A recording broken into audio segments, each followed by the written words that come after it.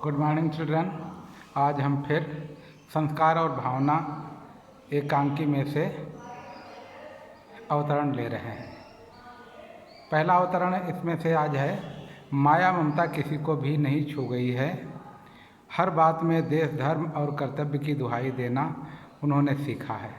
आखिर उनका बाप भी तो ऐसा ही निर्मम था। माँ यह बात कह रही है। वक्ता कौन है? पहला प्रश्न है, वक्ता कौन है?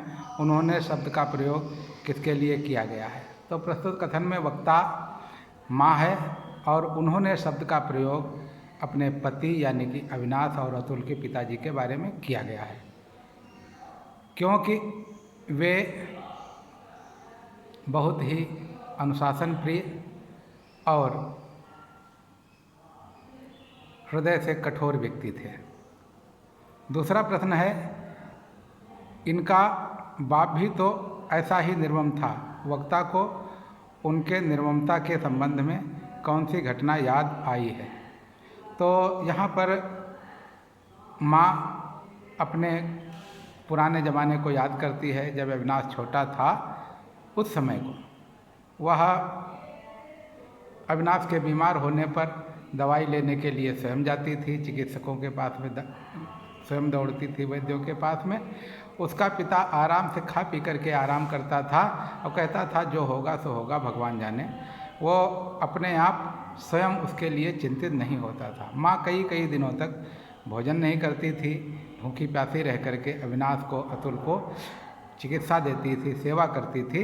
इस प्रकार से माँ अपने गुजरे ज़माने को याद करके बड़ा दुखी होती है कि जिस प्रकार से ये अतुल और अविनाश दोनों निर्मम हैं, वो अपनी माँ से लगाव नहीं रखते हैं, ठीक इसी प्रकार से उनके पिताजी भी निर्मम थे और वो अपने बच्चों से उतना लगाव नहीं रखते थे।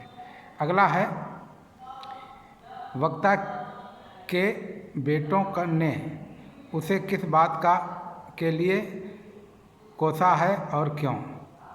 प्रस्तुत कथन में माँ ने ये बताना चाहा है कि वक्ता के बच्चे उसको उसके आचरण के लिए, उसके संस्कारों के लिए कोसते हैं।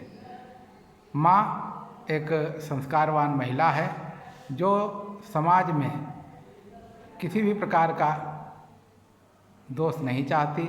समाज द्वारा उसके बच्चों को दोष दिया जाए वो नहीं चाहती। समाज में उसके प्रति एक घृणा का भाव हो वो नहीं चाहती। वो चाहती हमारे बच्चे अच्छे हैं, अच्छे ही रहें और अच्छे से जीवन व्यतीत करें, उनके बारे में किसी भी प्रकार का समाज में अपवाद न हो। जबकि इसके विपरीत उनके बड़े बेटे अविनाश ने एक विजातीय महिला जो कि नीच जाति की है उससे विवाह कर लिया है और विवाह करके वो अलग रह रहा है। इस प्रकार से माँ को बड़ा आत्मग्लानि होती है कि इतने संस्कारवान होने के बावजूद हमारे बेटे ऐसे कैसे हो गए। अगला प्रश्न है, माँ का हृदय परिवर्तन कब हुआ और कैसे? तो यहाँ पर माँ का हृदय परिवर्तन तब होता है जब उसे पता लगता है कि उसका बेटा अविनाश बहुत अधिक बीमार है। उसके बारे में मिश्रानी बताती है, उसको खुद को जानकारी नहीं है।